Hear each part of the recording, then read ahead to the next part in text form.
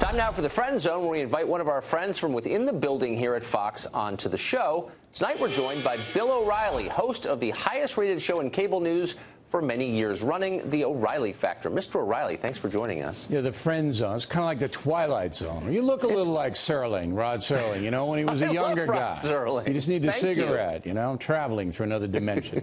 All right, what's on your mind? And a thinner tie. So I've always wondered, how did you get into this business? You're the biggest guy in the business. How did you get your start? I was teaching high school in Opelika, Florida, the crack capital of the world, and I liked teaching, but I knew I didn't want to do the rest of my life.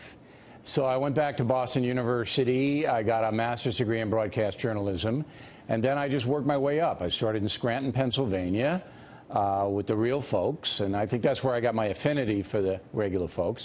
And I worked my way up and worked hard and did some good things, and here I am. So do you think it was worth getting the master's? Did you learn No, I didn't learn anything at Boston University, except I was on the school newspaper, the Daily Free Press, and that was a blast. Yeah, that was fabulous. So that alone, but the dopey professors, you know, I mean, you know how it is. Yeah, however, I wouldn't discourage anybody from higher education. It does help. Yeah. So how did you get from Scranton to fame and fortune? Well, I went to Dallas after Scranton. I was very aggressive. I know that's hard for people to believe. Very aggressive reporter. Kicked in a lot of doors, did a lot of investigations, and you work your way up. People find out about you, so I went to Dallas, then I went to Denver, started my anchor career in Denver, then I went to Hartford, Connecticut, where I was the main anchor, and then out of Hartford, I came down to New York. I made it back to New York City in 5 years, and then when you're Channel 2 in New York, that's the big gun, and from there I went to the network news, and then syndication, Inside Edition, made that show a success, and people saw me there, and then when cable started, I got a show. So it's hard work, it's persistence, you don't give up, you climb the ladder. So but was there a pivot point where you went from being just a local news reporter to someone others noticed? It was Inside Edition, because that was a big syndicated program. Yeah. And I remember leaving ABC News to take the job, and Peter Jennings said to me, "You're crazy. What are you doing? You've been on World News Tonight 100 times in 2 years." And I said, "You know what, Peter? They're giving me a lot of money, and they're letting me cover any story in the world I want to cover. I had that in my contract. I could cover any story."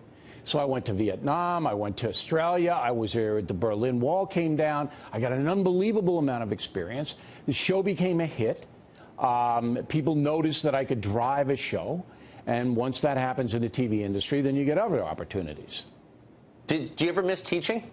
Yeah, you know, I might go back to it when I retire, which could be next Thursday. Because it's a big question. You know, I know a lot of things, and there are a lot of young journalists who would benefit from the knowledge that I have. And I enjoyed my high school teaching days a lot. I was the original Mr. Cotter. Remember Welcome Back, Cotter? I was before. Yeah, very well. Okay. No, I remember it. Yeah. Welcome back. That was me. I didn't have the hair like Kaplan, but I was the same attitude. I had the sweat hogs in the class. It was a rough school, and I enjoyed getting through to those kids.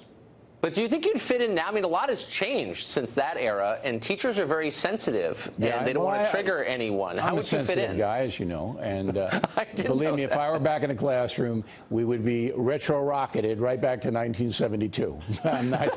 I'm the same guy I was. So there would be no safe spaces at all in your classroom? None? Under the desk. But if you're standing or sitting, you're in my eye zone.